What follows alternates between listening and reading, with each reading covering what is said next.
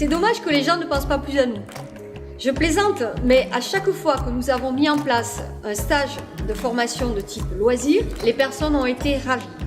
Il y aurait pas mal d'exemples à donner, mais pour vous parler des plus marquants, je me rappelle d'un monsieur qui partait à la retraite et à qui ses collègues se sont regroupés pour lui offrir un stage d'initiation à l'ébénisterie.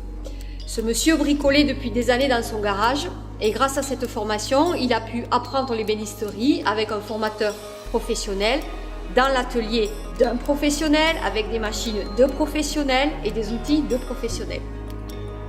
À la fin de la formation, il nous a dit que cette formation était un vrai bonheur pour lui, que c'était le plus beau cadeau qu'il ait jamais reçu de sa vie et que c'était quand même bien mieux qu'une canne à pêche. Nous avons aussi Guillaume qui travaille en région parisienne et qui chaque année nous contacte pour que nous lui organisions un stage de formation durant ses vacances d'été dans le sud.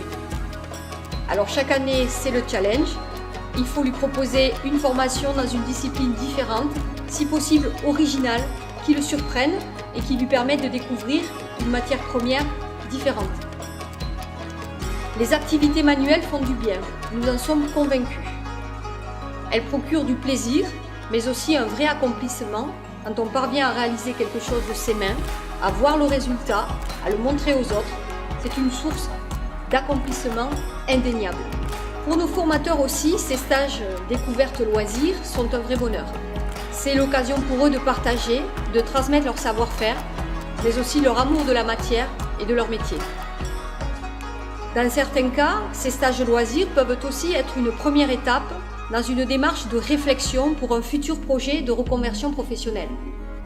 Nous avons déjà eu des personnes qui, par ce moyen des stages courts, découvrent une discipline, s'y confrontent réellement, se rendent compte de leurs aptitudes et petit à petit, ils pensent comme un véritable projet de reconversion possible.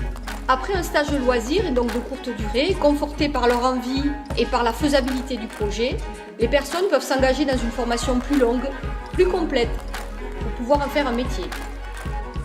Enfin, nous pensons aussi que ce type de formation de courte durée dans une discipline de l'artisanat d'art pourrait aussi être initié par un chef d'entreprise ou un manager pour ses collaborateurs.